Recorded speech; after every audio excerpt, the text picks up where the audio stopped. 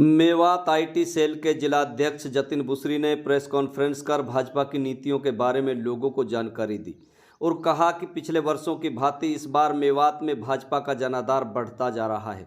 जिस तरह पिछली बार भाजपा को मेवात में 80,000 वोट मिले थे, लेकिन इस बार 2,72,000 के आसपास वोट मिलने वाली है और भाजपा कैंडिडेट को भारी मतों से रिकॉर्ड तोड़ जीत दर्ज होने वाली है, जो मेवात में इतिहास रचने का काम करेगी।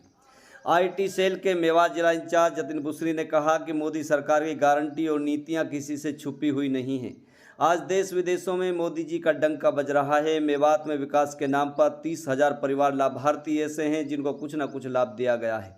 इस बार लोगों का उत्साह देखकर ऐसा लग रहा है कि 400 पार का नारा तो बहुत छोटी बात है, बल्कि उससे भी कहीं ज़्यादा उम्मीद की जा सकती है।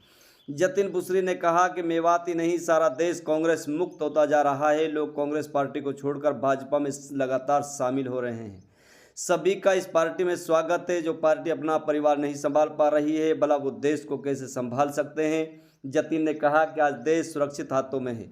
इसे विश्व गुरु बनाने की तैयारी की जा रही है और जल्द ही भारत विश्व गुरु बनेगा। जतिन ने आगे अपने संवाद में यहाँ तक कह दिया कि अब यहाँ ट्रेंड भी मेवात में ख़त्म हो गया है कि मेवात के लोग कहते थे कि कमल के फूल की तरफ हाथ नहीं चलता।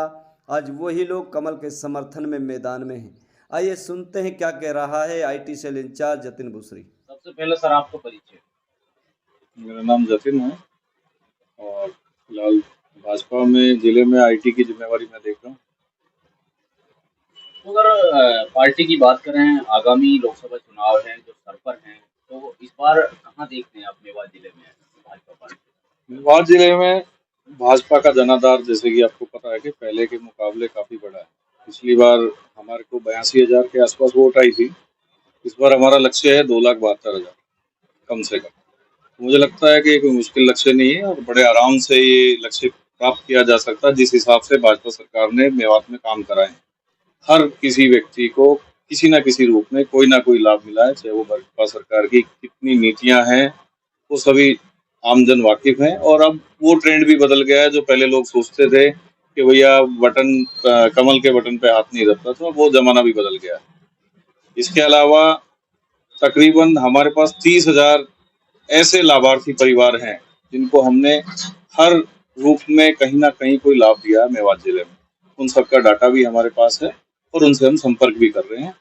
और मेरा मानना है जो 2,72,000 का जो हमारा लक्ष्य है भाजपा का, इस बार वो लगभग हम उसको पूरा ही करेंगे। इसके अलावा साथ आगे भी बढ़ जाएंगे हम।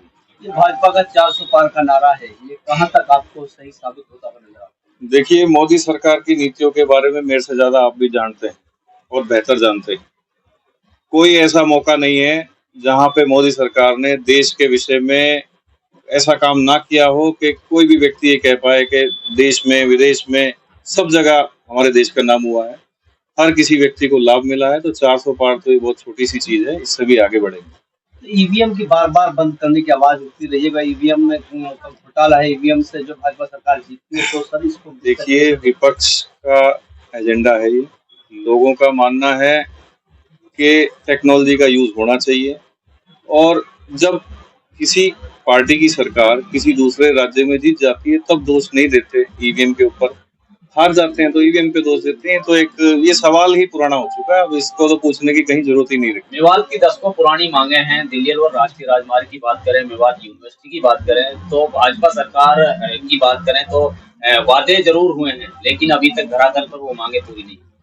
देखिए, दो बातें आपने बताई कि राष्ट्रीय राजमार्ग को चौड़ा करना और इसका डबल लेन करना, ये मामला जरूर हमारे उसमें है, भाजपा के एजेंडे में भी है और जल्द ही आपको ये घोषणा के साथ मैं तो ये कहता हूँ कि आपको काम होता हुआ नजर आ जाएगा। अभी चुनाव का समय है, चुनाव हो जाने दीजिए, उसके बाद आपको ये नजर भी आ जाएगा। तो चुनावी मुद्दे क्या होंगे भाजपा के इस बार? भाजपा के चुनावी मुद्दे बहुत कुछ है। मुझे लगता है लोग खुद ही बता देंगे क्या चुनावी मुद्दे। लोगों को इतना लाभ मिला है भाजपा सरकार के आने से, उनके जीवन में परिवर्तन हो गया है। ऐसे मुद्दे अलग अलग ढूंढना ये तो विपक्ष का काम है कि चुनावी मुद्दे वो ढूंढेंगे। भाजपा के पास तो इतना काम है दिखाने के लिए कि कोई मुद्दा दिखाने की जरूरत नहीं है हमारे को। भाजपा को वॉशिंग मशीन कहा जाता है, बिल्कुल ठीक है, क्या बात? ये आपकी बात है। ये सिर्फ मीडिया का बनाया हुआ वो है और स्वागत सभी का है भाजपा में, किसी के लिए कोई वो नहीं। ये सिर्फ मीडिया की भाषा है वॉशिंग मशीन की, और जो आ रहा है हम तो उसका स्वागत कर रहे हैं। अच्छी बात है, आप आइए। बाकी ये सारा केंद्रीय नेतृत्व और हमारा जो राज्य का नेतृत्व है वो तय करता है, ये हमारे हाथ में नहीं है। इस बारे में ना तो मैं जवाब दे सकता हूँ, ना ही मैं कुछ कह सकता हूँ। अच्छा, पहले मेवात की बात करें, मेवात हमेशा विपक्ष में रहा है। कांग्रेस की यहाँ सरकार आती है तो इन लोगों को विधायक बनते हैं। क्या इस बार लगता है कि अब की बार जो है बीजेपी की हिस्सेदारी मेवात में भी रहेगी? जिस हिसाब से अब दिखाई दे रहा है कि मेवात के लोगों को भी परिवर्तन महसूस हो चुका है और वो भी लगता है कि कब तक विपक्ष में रहेंगे।